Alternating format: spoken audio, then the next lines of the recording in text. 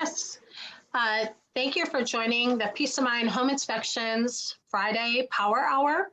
We have this every Friday from 1 to 2 p.m. And today we have our special guest, Nathan Thornberry, here to speak to us. So take it away, Nathan. Thank you. Well, thanks for having me back again. The last Power Hour we did was about the CPE certification, the client protection expert. And, we had a bunch of people that saw it. I think we're up to maybe 1,000 views on that video.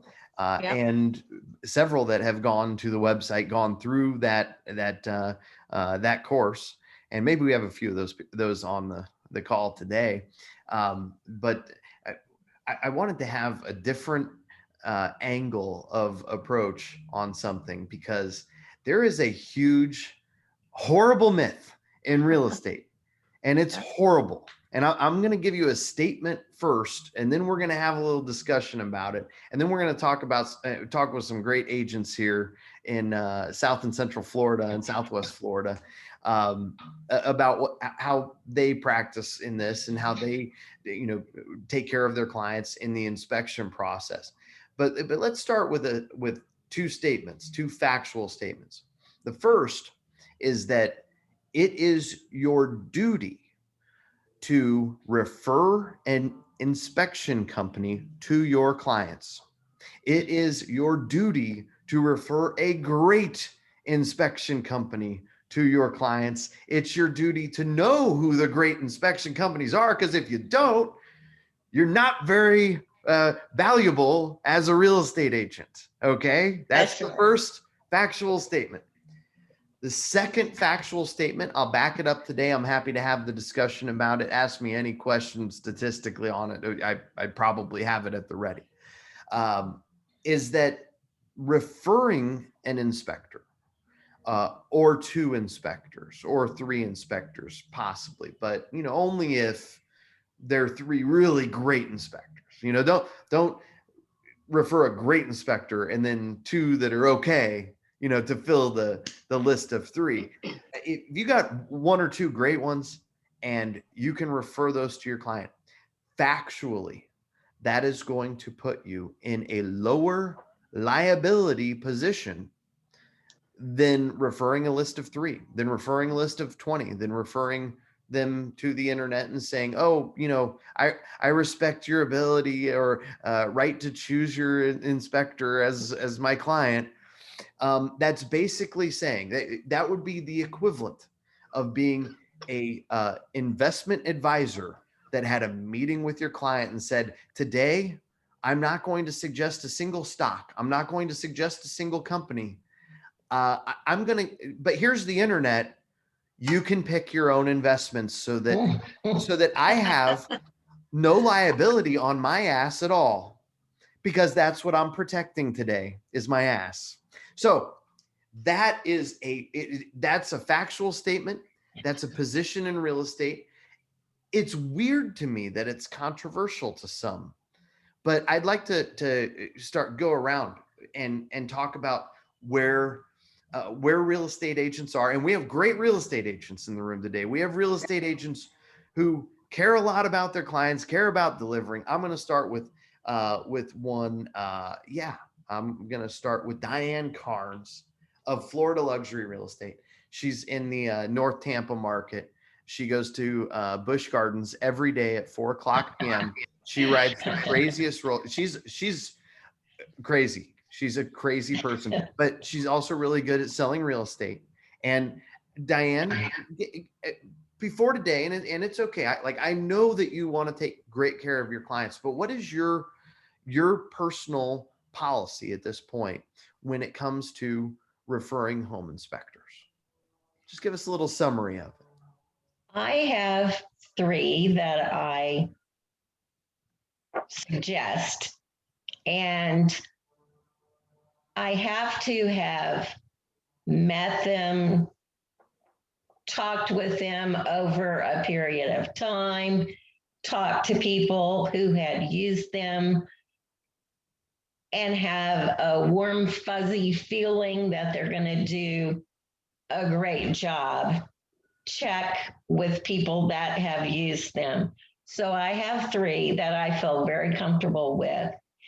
And I just give them the names of the company, the person to ask for. And I try to stay neutral, not to lean toward one or the other. But when I give the names, I am very comfortable that they're going to get the best service out there. Here's great news. Here's great news today as we have a hilarious and open conversation about this. I'm 98% with you. 98%. And I'm 98% with you as, somebody that's involved in around 160,000 real estate transactions in this country per month. So you're doing it really, really well. You have these three. They're a great three. Let me ask you one little question though, because it leads to one of these kind of myths. Did you find three great ones, or were you looking for three that were, good or great, to fill three slots? It's okay. Well, I started out with quite a few. Okay. And they dwindled down over the years. I go back to the same three. Mm-hmm. When I speak to them, I feel that I'm getting the best information. I feel comfortable with them. I feel that they have the same interest than I do to give the customer the very best that you can. Sure. To take care of them. And that's your focus. And I applaud you. I want to make sure that everybody heard this, that Diane, it's Diane Carnes, right? Yeah. Yes. Diane Carnes, of Florida Luxury Real Estate in North Tampa, doesn't wake up in the morning and say, what are all the ways that I can have no liability today? She wakes up in the morning and says, what are all the ways, including the highest liability point in a real estate transaction, the point at which you choose the home inspector, because 90% of all liability problems in a real estate transaction have to do with property condition issues. And that's going to come back to this point in time. And at that point in time, you say, here's the three that are the best to me. We'll get into why they are, where they are. But this is another point to be made here. And she's found three that are great. Wonderful. There are agents and brokers and insurance companies and lawyers that are outside of the industry and lawyers that are inside of the industry that have said to real estate agents that, or enforced, or even had policies in some cases, that you have to refer at least, or give them at least three names, because otherwise you're taking on too much liability. And this is a factual statement. That is not only incorrect, it is the exact opposite of correct. It creates more liability, does more harm than good. And it's creating a lot of E&O claims, and it's creating a lot of E&O dollars coming out of real estate agents and brokers' pockets.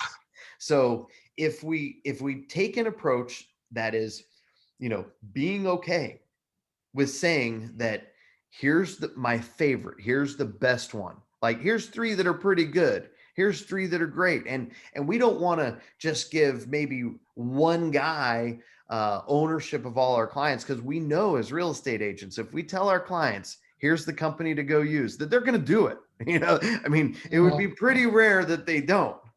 So just economically and, kind of from a fair trade perspective, you don't want to give somebody a monopoly on your clients to where it gets abused in perspective of rates, right? You want them to be competitive. You want them to compete for your clients, but at the same time, they need to know, your clients need to know who the best is. And so don't be afraid to do that. And let's go over to Linda Zufa. It's Zufa, right? Or did I say it right? You can unmute your, you know what? Don't Yes. unmute your mic. I'm going to assume that I said it right. No, Right, I- you did. I You did said- great.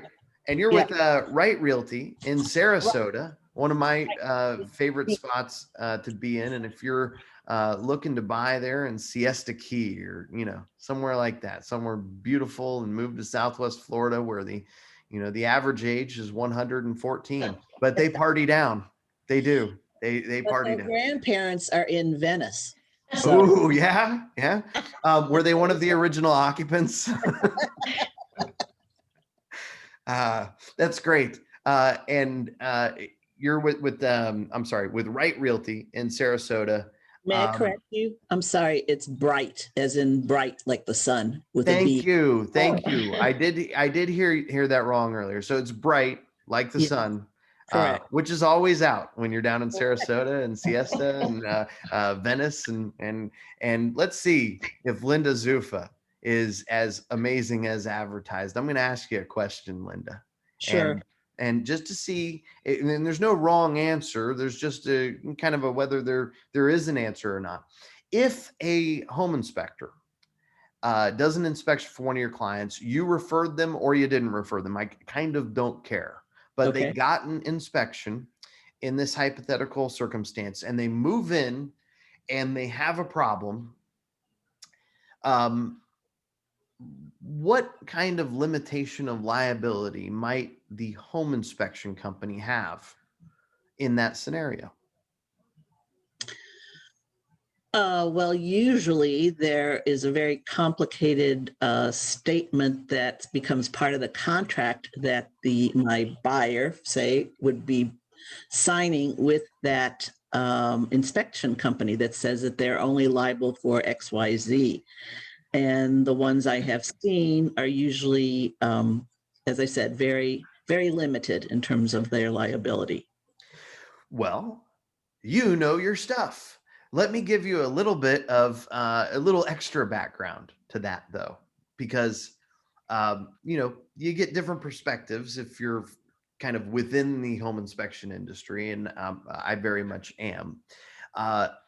The agreements you're seeing, almost all of them, 99.9% of them in this country, have a limitation of liability that's very, very simply written. It says, no matter what your client experiences, no matter how screwed they are, no matter what we missed, no matter what we were doing when we missed it, it doesn't matter. Your client has a limitation to what they can receive from us of the inspection fee. That's the maximum limit of liability as defined in these agreements. Now, in practice, there can certainly be scenarios where the home inspector can be held liable in excess of that. But I'm going to add and I'm going to tell you one other thing. If you're here, you might be a client of like Peace of Mind Home Inspections. It doesn't matter if their limitation of liability for missing something is a certain amount for like the inspection fee. They deliver you warranty policies that cover things that break or certain things even that could be hidden from view during the inspection. And that policy isn't limited to the cost of the inspection. It's a total of $100,000 worth of coverage for things that are very common and come up. But I want to add one other question to your understanding of a process. Let's take this to the next level, Linda.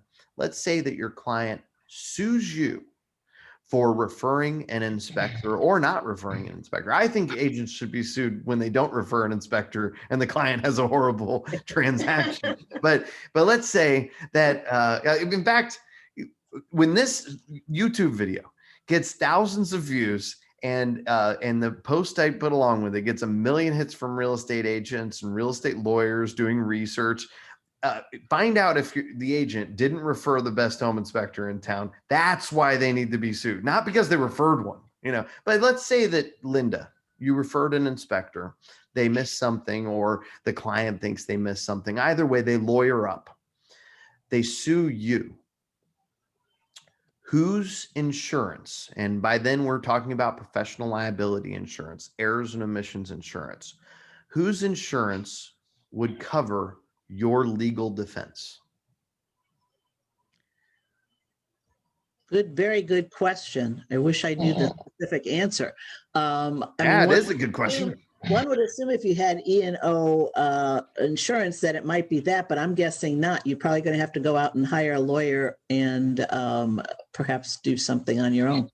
And this is why we are here today, folks, because there's this, the first part of the myth is absolutely true. If you don't refer the best inspector, the one that you know to be the best, if you don't tell your clients, here's the best inspector, this is the one you should use, that maybe they cost a little more than that other guy, but you know, it's a little bit, you're buying a $500,000 house or $1 million house or whatever.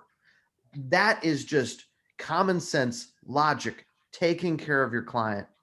But when it comes to this issue of actual liability, and I what inspired this to happen today was, you know, I'm in a bunch of real estate social media groups, and it's always a hot button topic when somebody says, hey, my inspector missed something and my client's asking me to pay for it. And then after that, there's 400 thread posts of agents that are good intentioned people. They're real estate agents. Many of them have a lot of experience, but they don't know that most inspectors in this country, and I say most, just over half, have errors and omissions insurance policies that cover the referring agent. Yeah. That's interesting. And they don't even ask the question, and they get sued for it. And then their broker, who doesn't even ask the question, who's still saying something that he heard from a lawyer that did not know what he was talking about, because he's not actually involved in a bunch of transactions. I'm a dude with lawyers on staff. I own an insurance company. I insure inspection companies, and we cover you guys. So the idea that, you know, you're responsible for this, you know, negligent referral is absolute nonsense. It's false, as long as you make sure that your inspector that you're referring has errors and omissions insurance coverage, has enough of it. The policies we work with our clients have $3 million in coverage, $3 million. Now, some of them are other ones cover $1 million or $2 million, and those are all fine. And many of those have the referral protection that my company has. And I'm not saying that my company is better at writing a check for a lawyer than the next one. Okay, I'm not saying call them and say, hey, are you insured with Nathan Thornberry? No. What I'm saying is make sure they have that referral protection and that they have $1 million+ in insurance, because even in licensed states, and there are like 30 of them or whatever, the requirement for E&O varies by state, and it can be as low as $100,000. That's the minimum. Can you imagine? You know, even if they have referral insurance, then it gets tapped out. So let's go. Linda, Yes. thank you for your honesty. You got to think through these things, though, and ask the question. You're right. You know your stuff. You should know that your inspector has this E&O coverage and referral protection for you, and over $1 million in coverage. Ask them. If you're a real estate agent listening to this, ask them. Do it before you have a problem. Then you can feel, I mean, just factually, you don't have to worry about all this other nonsense. You don't have to worry about rumors, myths, bad information coming from all sorts of sources on this, like refer 3 inspectors, etc., when you have a policy that covers you on this when you're doing the right thing anyway. All right, let's go on to somebody else. I want to go to, this is a special lady, Martha Matthews with EXP, Matthews Vasquez, excuse me. Yes, thank Martha you. Matthews Vasquez in Tampa. She's with EXP Realty. EXP Realty, I think I actually know the answer to something. I think their agents only pay $25 per transaction for the Arizona emissions insurance. Am I correct? I don't remember. I don't pay any attention to it because I'm going to pay it anyway. So, Okay, well, there we go. Sometimes you don't even have to pay it, but it doesn't matter because 90% of your issues are going to be property transact or property condition issues, and they're covered by the inspector if you're using the right inspector anyway. But I want to go to something just a little bit different with you. Um, do you believe that there is liability in referring an inspector, even if you're covered 100% under their insurance policy, even if they have warranty policies that cover roof leaks and underground sewer lines and mechanical and structural failures that happen right after closing? Even if you have all that coverage, do you believe that there's still liability in referring a single great home inspector? I need to preface this with my background. I I figured am you a might. former probate paralegal. Okay. So I was trained as a paralegal. I've worked 20 years with my own business doing estates and trust and tax information. So I was brought through that system that we're not allowed to refer more than or less than 3 an attorney, because there in Ohio there's really strict prohibition on that. Sure. I've been in this business 15 years, and we have some great inspectors around here. When I started, I used people that recommended that they had worked with, and now I recommend people that I have worked with. So, and the bottom line is anybody can sue anybody for anything. And this is part of why I asked the question the way I did, because they can sue you for anything. But if you'd have to agree as a paralegal, as somebody who's worked in probate for 20 years, that if a third party has an obligation under their insurance and their insurance company pays for referral protection. In other words, they're going to deal with any negligent referral issues, that the actual liability on the agent in referring them from a dollars perspective for legal fees, for really settling the case, whatever it takes, that's no longer the agent's problem. But is there other liability in referring an inspector? Not financial, but yes, there is. Thank you. I agree. Because if you hire somebody and they do a bad job, or they offend somebody, or they track mud through their kitchen, or they leave the house in disarray, etc., it looks unprofessional. Even the most minor thing can look unprofessional and reflect on you as a professional, right? So the only recommendation that I have in my business is my reputation. And if I refer lousy people, that must mean I'm a lousy agent. that's right. But I think you're even worse, in my opinion. Like you can make a mistake. You can be an agent out there that doesn't know that the best home inspectors are covering underground sewer lines with a warranty policy. You can be unaware that the right inspector has $1 million plus in E&O and covers you from a referral protection standpoint. And maybe you can be an inexperienced agent who's only experienced so many inspectors, and the ones that you're using now you think are great, but you really don't have a great basis of comparison. Certainly not the same as Martha or Diana or Linda. And we're going to get to Dion here really soon. I'm sure she'll have some interesting stories for us, being from Central Florida, where everything weird happens. But you would have to agree that when you have that referral to an inspector that just doesn't look professional, that hits you in the pocketbook in a much bigger way, because we live and breathe by our reputation in this industry, and by ongoing referrals and repeat referrals. So it's about the experience.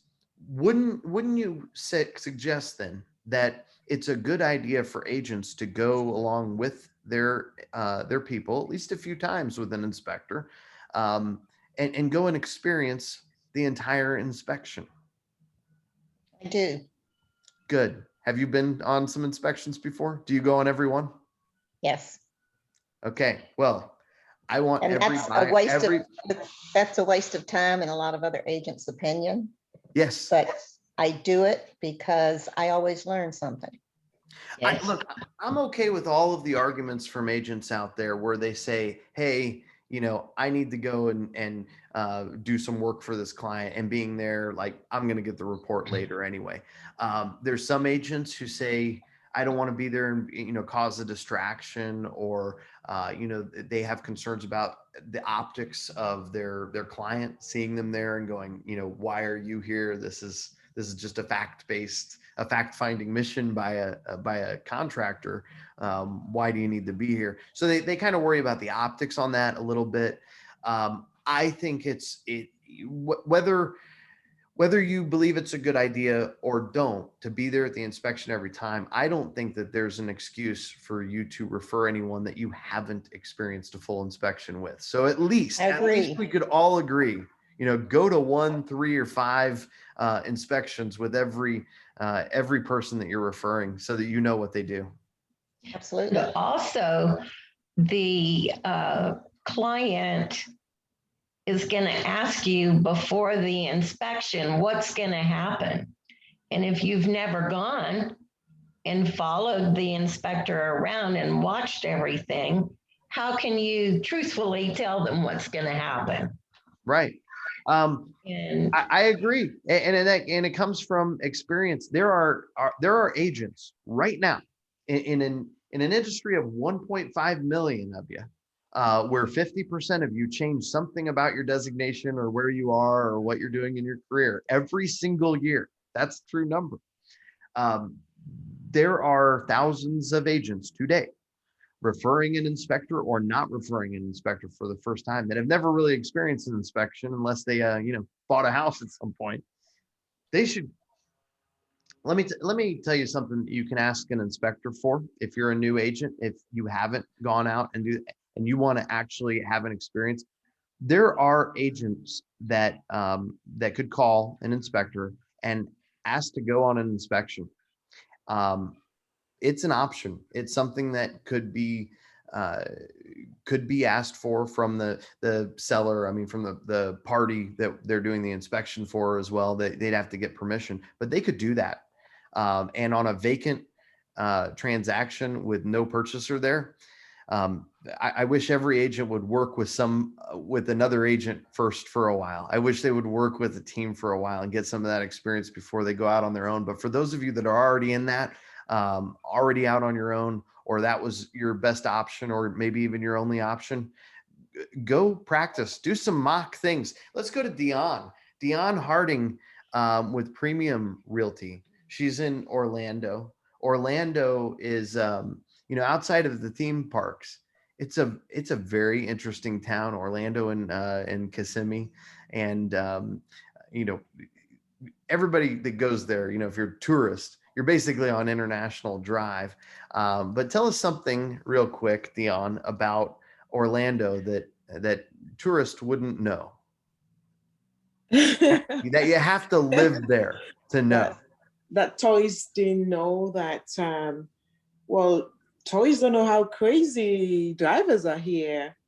We always say it's the tourists that cause the traffic and drive crazy, but I do think it's ourselves.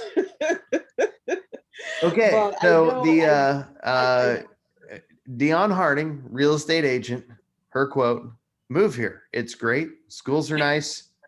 You have all these things. If you're living in Orlando and Kissimmee, it's kind of like living in Las Vegas. You have access to all the stuff the tourists come to see in your backyard. So that's kind of nice.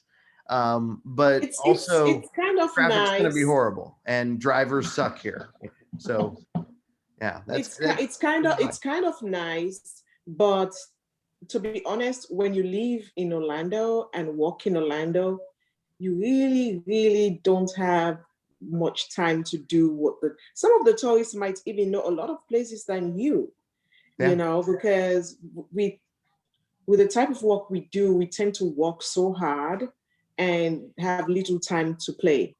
So I do try to make time, you know, to go to all these places. And I've been to everywhere, trust me. Especially before I moved here, I was coming to Orlando, I was coming to Florida with my family, and we did a lot of things. And I'm still doing it sporadically also when I have free time. Yeah. But and I do have a lot of clients, international clients as well, from England, most especially. And, you know, they do ask lots of questions.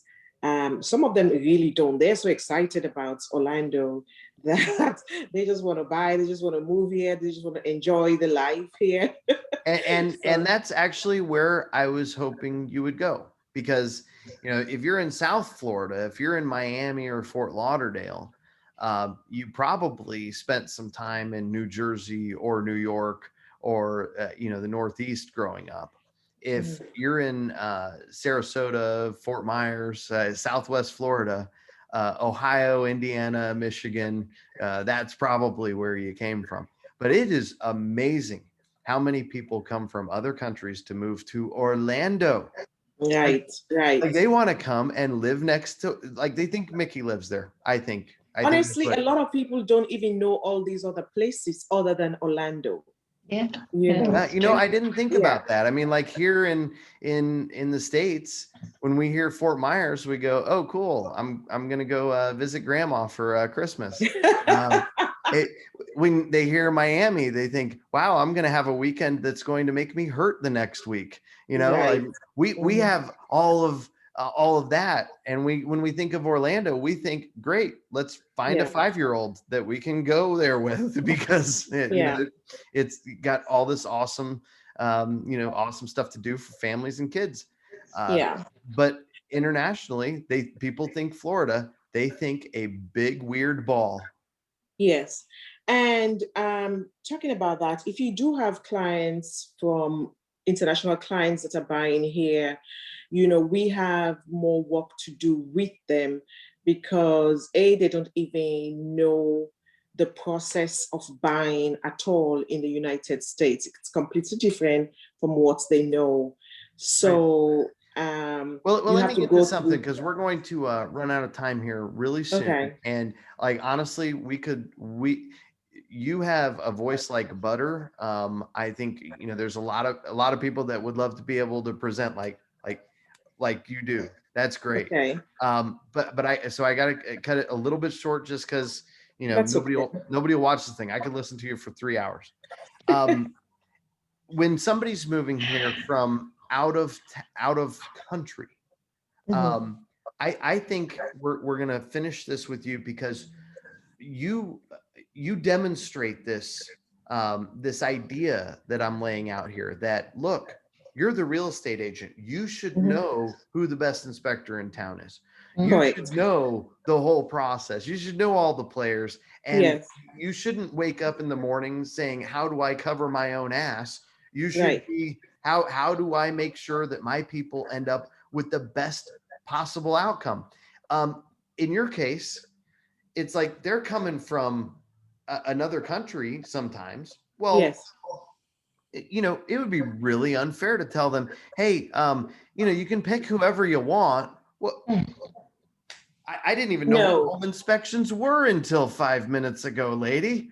You know, that's the way that they should respond. But really, and this is why I wanted to make this point, and I think real estate agents would do better in their approach. They would come to the right conclusion more often if they realize that every home buyer in every market in America, even markets like Ann Arbor, Michigan, where 85 to 90% of the buyers are locals and have been for generations, you know, even there, every time they enter into a real estate transaction, they may as well be from another country, landing in Florida, looking to live where they can see the ball from their house. They might as well be that, because buyers in every market, know nothing about real estate. They have no idea until they get through the process and see a closing statement. Honestly, they have no idea how we even get paid. Right. Nonetheless, how to close a deal. I don't think many people know as they drive around town what a title company is. Like they might see a sign, but then they go, that's weird. What do you go there and get your title if I want to be knighted or something? And you're like they have no idea what these places are for. Just like people that don't have health problems or health issues or don't get labs done on their blood very often have no idea what LabCorp does, right? Yes. So we're gonna go. We're gonna So end yes, on you're this, right about that. and I'm gonna give you another word here, Dion. But we're gonna end on this idea that we have to take care of clients. They know nothing. We got to treat them like they know nothing, and if we're really treating them like family, we're starting with making sure that they have the best resources, not that they can figure it out for themselves. That's ridiculous. If you're even thinking that is okay to do, you need to find another damn business. Leave real estate. You don't belong here. You're not delivering if you have that mindset. And I'm sorry to be have such a hard opinion on this. But it's not a hard opinion. You're right. You're correct. You're absolutely correct. Well, thank you. Now, you know what? You host the show now. I'll sit back. No. I'm sorry. No, it's great. It is true though, because a lot of people don't know. I would seldom have a buyer who would tell me, I know a home inspector. I mean, I've had a few that says, oh, my cousin or whoever just bought a home and I want to use the same home inspector that they used. I don't have any problems with them using, that's their choice. But yes, I do have one specific home inspector. Now I know I have to have a few in my books, very good ones, and to know what their insurance coverage is, because that is something I didn't know. Great. You actually came down to the list of what we do. We'll summarize this and we'll end it for now. So number one thing, figure out that and commit to your clients to refer the best inspectors. Number two, find out who they are. That's nice. Number three, ask them if they're insured with referral protection to you for $1 million or more. It's not hard or expensive for them to get that done. Number four, see and ask them about warranty coverage and protections, or because if they don't have that, they only have a limitation of liability of their inspection fee. It's in writing. They make your clients sign that if they don't have the warranties like Peace of Mind does. And number five, if you have one and they don't have the schedule, the inventory to fulfill all of your client needs, then you might need to find more than one, even if one is in fact the greatest. But if you have one with wonderful inventory and a couple others that are pretty good, you're going to be fine by your clients. And you should know a lot about home inspections, not just a little bit. And Peace of Mind has some resources for that. You can also go to cpecertification.com to learn a heck of a lot. You didn't even want to. I'm done. Sheila, it's all yours. Can I just ask one question quickly? Ask anything. Okay. So in terms of once the referral has been done, and I know the home inspector I usually use would get the details of the client and would send them an email with a contract. So I don't normally see what the client signs. So is that a bad thing that I don't see that and I don't know what they're signing? Because I tend to think like stay away from that and just leave it with the client and the home inspector. Okay. So, to some extent, I get where you're coming from. To another extent, and I'm going to start a stampede on home inspection companies. And I'm sorry to all you guys know, especially the ones that we're really like friends and family. I'm sorry about this. You should know what that inspection agreement says. Now, let me tell you, while at the same time, I'm saying that, and it's good to be aware of those things. I don't think I'd have, if I was representing my client in anything, would I have them sign anything without me knowing what it says? No, that's crazy. But on the other hand, in the home inspection industry, the inspection agreements themselves are largely coming from associations. They're coming from lawyers that do this for a living and sell it to a bunch of inspectors. So if you've read one, you've read them all. They're virtually exactly the same, and they haven't changed a lot since 1989 when my dad wrote one that has been utilized by thousands of inspectors since. So it's not a very interesting read. By the time you read it, all you're going to get out of it is the confirmation that the inspection agreement itself does have that limitation to the cost of the inspection, which is why you should then also see the warranties. Ask your inspector for a copy of all the warranties and see the limitations of liability on those. If it's not, thousands and thousands of dollars for your client, then choose another home inspection company. Kick that guy to the curb. Ask anything else. My worst inspection experience was one where the buyer insisted that he used somebody that was recommended by a friend. I love this. I love it. So let me tell you a little secret. I say secret. A little perspective on this topic from the home inspection industry that you would never get as a real estate agent, as a home buyer. So in the home inspection industry, there are great big companies that market to real estate agents and through brokers, and they're at your events and they're in your offices and they're doing Zoom meetings with you during COVID. And they come to you from the real estate perspective and say, here's why we're a great resource for your clients. And they get a referral. They're in it to impress you. There is a whole little subcategory of home inspectors that want nothing to do with real estate agents. They hate real estate agents. They think that you are in it for a commission and want them to miss defects or gloss over major issues that could cost your clients tens of thousands of dollars and ruin your reputation forever as a real estate agent, just to get to closing and get that commission check.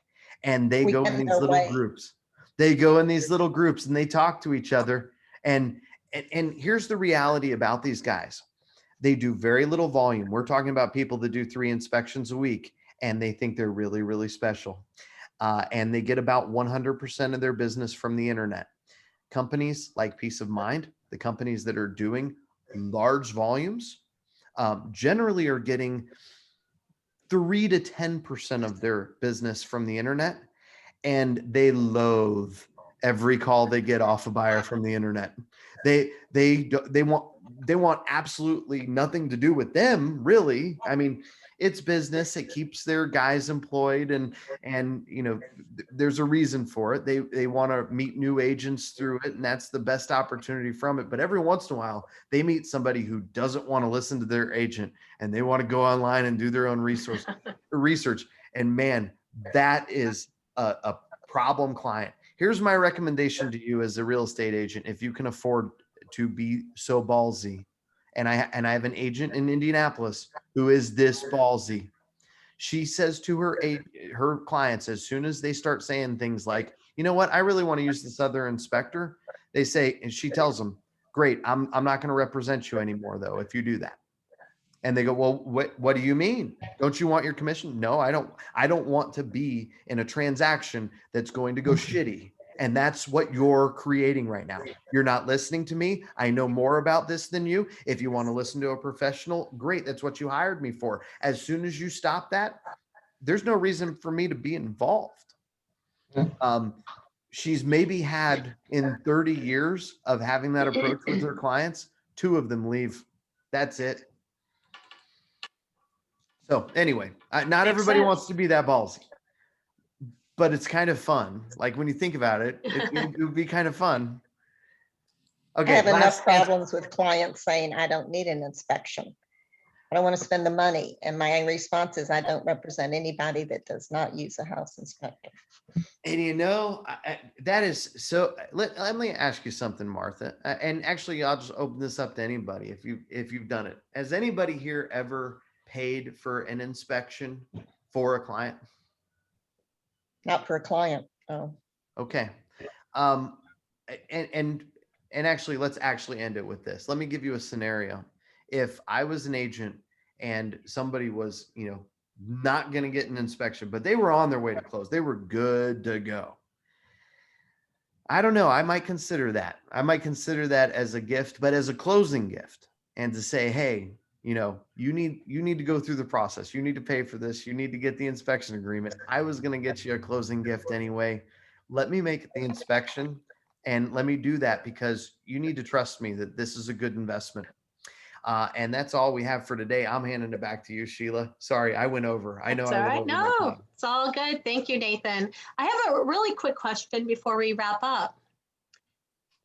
Is E&O required in the state of Florida for home inspectors? Well, you know the answer to that. I do. I'm asking them. Oh, interesting. Yeah. Okay. So, I mean, let's just see. Diane knows a lot about this business. Her approach to this was really good. Diane, do you know if it's required for a home inspector in the state of Florida to have errors and omissions insurance? I don't know for a fact, but I feel like they should have it. Well, they should have it, no doubt, and maybe Yeah. even we can all agree that it would be a good idea for the state of Florida to require it, to make it compulsory.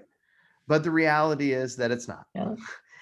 And unfortunately, that puts and this is going to be listened to across the country. In Florida, there is a glut of people that say they are home inspectors, but they're really contractors in many cases, or they have a contractor license due to some weird licensing things that were beyond weirdness that has happened in other states, which Florida's kind of famous for. If something's going to be a little bit of a problem somewhere else, Florida's going to find a way to make it an enormous problem. And they did on this. They really crapped the bed on this issue.